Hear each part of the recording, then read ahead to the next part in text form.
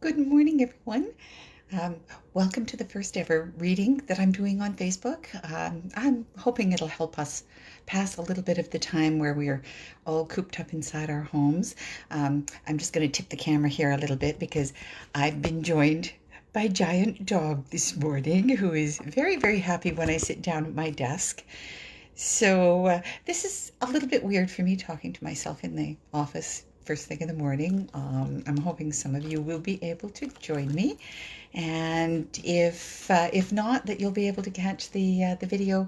It'll stay up live on my Facebook page for as long as I leave it up there, I believe. So, anyways, okay, I have to remove Giant Dog. Hold on a second here. We There's the treat. Off you go. We keep treats in my desk drawer for him now. So, anyhow, I am going to be reading Gwynneth Ever After. It is the first book in the Ever After romance series, and it's still very, very dear to my heart. I love this book. I love Gareth. Who doesn't love Gareth? I mean, honestly, he is pretty sweet. So anyways, I'm going to get right down to it. I will start with chapter 1 today, and we're just going to read a chapter a day, same time every morning until we're done the book, and then we'll see where we are. I'm sincerely hoping we're out of quarantine by then, but we'll see. So, chapter 1, Gwynneth Ever After. Gwyn Jacobs stuffed sketchpad and charcoal pencils into her shoulder bag, and then, satisfied she had everything she needed, she turned to her babysitter. "There," she said, pulling on black leather gloves. "I think I'm organized. Any questions?" Her neighbor's 18-year-old daughter, Kristen, eyed the black bag. "Are you sure they'll let you do that?" "What?" "Sketch during the play. It just seems, I don't know, rude, I guess." I arranged for a private box. Gwyn, sorry about the errors here. Gwyn tucked a stray auburn curl behind her ear with one hand and waved away Kirsten's concerns with the other. Besides, even if the other seat happens to be occupied, which isn't likely on a Sunday, how distracting can a piece of paper and a pencil be? She slung the bag over her shoulder and, using her gloved fingers, ticked off a list of instructions. Sorry. You'll have to forgive me for the occasional sniffle. I think I've caught a bit of a cold. We don't think it's anything more serious than that, but I remember I got caught out in the rain the other day? Yeah. So, she slung the bag over her shoulder and, using her gloved fingers, ticked off a list of instructions. "Lunch is in the fridge. They can have fruit and cookies for a snack, and I'll keep my cell phone on vibrate in case you need me. Oh, and Katie will be home sometime around 2 from the birthday party, so if you go to the park, you'll need to be back in time for her. I should be home around 4:30. She called a final farewell to Maggie and Nicholas, parked in the adjacent living room in front of their favorite computer game, then pulled open the front door and stepped onto the porch. A gust of wind whipped her coat around her legs. Eyeing the gloomy November sky, she looked over her shoulder at Kristen. "And make sure—" "Raincoats," Kristen said, making shooing motions. "They'll wear them, I promise. Now stop worrying and go have fun." Gwyn stashed her shoulder bag behind the driver's seat and checked her watch. Late, of course. When was she ever on time for anything? She sighed and slid in behind the steering wheel. Even if she hit every light green along the way, she'd be lucky to make it in time for the curtain. A few fat raindrops spattered against the windshield, and she muttered an imprecation under her breath. Great. First a long-winded conversation with a client, then a desperate sprint to the department store for a birthday gift for Katie to take to the party she'd forgotten, then a juice incident in the living room, and now rain. Everyone from the kids to the weather gods appeared to be conspiring against her last-ditch effort to get Sandy's birthday present underway. The rain fell faster, pinging against the car's metal shell. With another sigh, she switched on first the windshield wipers and then the headlights. She arrived at the theater and dashed in as the lobby lights flickered on and off in a warning to patrons to take their seats. An usher met her at the top of the sweeping staircase and guided her to a small private box. He murmured to her to enjoy the show, then disappeared behind the crimson velvet drape that dropped across the doorway. In a tangle of coat, gloves, scarf, and bag, she plopped into a seat. A sideways glance told her the other seat was occupied after all. Her heart sank a little. So much for the hope of not disturbing anyone else with her sketching, though given the day so far, she supposed she should have expected as much. The house lights flickered again, prompting her to sort herself out. She tried to do so with as little fuss as possible, but still managed to whack her seat companion on the knee with her bag, twice, before dropping her gloves at his feet. Then, when she dived down to retrieve the errant items, her pencil spilled onto the floor with a clatter, and her coat slid off her lap onto her feet.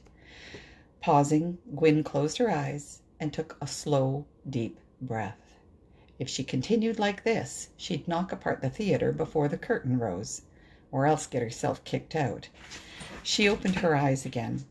With all the calm she could muster, she picked up her coat, stuffed gloves and scarf into one sleeve, and shoved the bundle under her seat, hoping to God as she did so that the floor had been swept sometime in the last decade. Turning to retrieve her pencils, she blinked as they came into focus under her nose, held out to her by her neighbor. "Are you always this organized?" a deep male voice asked, a faint accent, British, and a definite thread of amusement running through it. Wrinkling her nose, Gwyn reached to accept the pencils from her seat companion.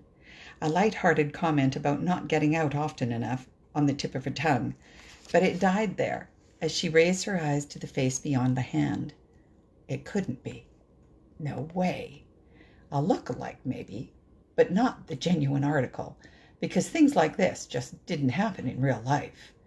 Women like her simply didn't sit down in a faded yesteryear Ottawa theater and find themselves staring into the eyes of a Hollywood star. She realized her companion waited for her response, one heavy black eyebrow raised. The lights began to dim. Snapping her mouth closed, she hoped against hope that the encroaching dark would hide the blush scorching her cheeks. And then, because eloquence failed no matter how hard she tried, she fell back on automatic and very dull manners. "Sorry," she muttered, and subsided into her seat. Sorry? She thought she had an honest-to-God, real live famous actor in the seat next to her, and all she could find to say was sorry? What happened to, "Wow, you look just like Gareth Connor," or something even more straightforward like, "Aren't you?" Heck, even if the man weren't the actor himself, he was the spitting image, and he was sharing her box. She missed the first act entirely. When Gareth, or whoever he was, began applauding, she jumped in her seat and took a full 10 seconds before following suit. Then, as the stage curtain descended and the lights brightened, she risked a sideways peek from under her lashes. The man slumped sideways in his seat, leaning against the armrest furthest from her and studying his program. He wore a thick fisherman's knit sweater, its snowy color accenting dark and undeniably familiar good looks. Her mouth went dry. She swallowed hard, then let her eyes take in other details. Same trademark thick waving hair brushing his shoulders, same high cheekbones, same heavy eyebrows, same mouth that thousands of women in the developed world fantasized about. She gave herself a mental shake, but definitely the wrong odds. Gareth Connor lived, she presumed, either in Wales, his country of origin, or in Hollywood, where he made his films. The chances of his being in the Canterbury Theatre in West End, Ottawa, on a Sunday afternoon in November, and sharing her box to top it off? It simply wasn't possible. After what had to have been the longest intermission in all of history, and certainly the most awkward, uncomfortable silence Gwyn had ever experienced, the overhead lights dimmed again. Reminding herself she'd come to the theater for a reason other than adolescent gawking, she withdrew her sketchbook from her bag. Between school activities, Halloween costumes, and client deadlines, it had taken her the better part of a month to make time for this project in the first place. With Sandy's birthday only a couple of weeks away, it had become a now or never kind of thing. So she'd just ignore who's his face next to her, pretend she was in complete control, and the curtain lifted. Focusing on the stage construction, she put pencil to paper, and by the glow of the exit sign over the curtained doorway, began to work. It wasn't easy. Every time the Gareth look-alike shifted in his seat, her heart gave an absurd little jump, and her pencil quite maddeningly followed suit. Halfway through the third act, however, she had a reasonable sketch of the stage, and her concentration had returned. By the time the overhead lights came on at the end of the play, she was so absorbed in adding last-minute details that she'd quite forgotten about the man seated next to her, right up until she heard his voice beside her ear. "You're very talented." Gwyn's charcoal pencil tip skidded across the page. She swore under her breath. Her seatmate did the same. "Damn, I'm sorry. I didn't mean to startle you. You'll have to excuse the dog barking in the background. He does this when the cats irritate him in his room next door. So apologies for the dog and the cats and the interruptions and the mistakes. We'll get through this." He picked up the eraser from the armrest and handed it to her. "That's all right. It's repairable." She scrubbed away the error and then held up the sketch pad. To her critical eye, her earlier lack of focus was painfully obvious. She sighed. At least it was a start, however, and she still had time to improve on it before taking it in for framing. "I think it's very good. But do you always come to plays so you can ignore the actors and draw pictures?" A glint of laughter in his dark eyes belied the seriousness of his voice. Gwyn smiled back. "Only when I've sat through so many rehearsals I think I know everyone's lines by heart. I helped with the set design." "And today you sketched it because—" "It's a birthday present for my best friend. She wrote and directed the play. It's her first. I wanted to do something for her as a keepsake, but for all the times I've sat here and stared at that blasted stage, do you think I could remember a single detail when I tried to do this at home?" Her companion chuckled. "Well, it was worth the effort. I'm sure she'll love it." "Thank you. Here, let me get my things out of your way." She reached down, only to have history, to her everlasting mortification, repeat itself. The bag tipped, and an assortment of charcoal pencils scattered for a second time at their feet. Gwyn sat frozen. Then she ventured a peek at her neighbor. "I don't suppose you'll believe me if I say I'm not usually this clumsy, will you?" He met her gaze with a solemnity that lost something in the twitching of his lips. "Not a chance," he replied. "I didn't think so." She started to lean over, but a hand on her arm stopped her. Her heart skipped 2 full beats. "Maybe I should do the honors." He gathered the pencils with quick efficiency and handed them over once again. Then he waited for her to replace everything in her bag, refusing her offer to move out of his way so he could leave. "I think we'll get everything sealed up where it can't escape first," he said. When she had her drawing tools packed and the zipper done up on her bag, he retrieved her coat, removed her gloves and scarf, and shook everything out. Gwyn slid her arms into the lined navy blue wool garment he held for her. "Thank you," she said, "for your patience as well as your help. I hope I didn't distract you too much." Her seat companion opened his mouth as though to say something, paused, and smiled. "It was for a good cause. I hope your friend likes her gift."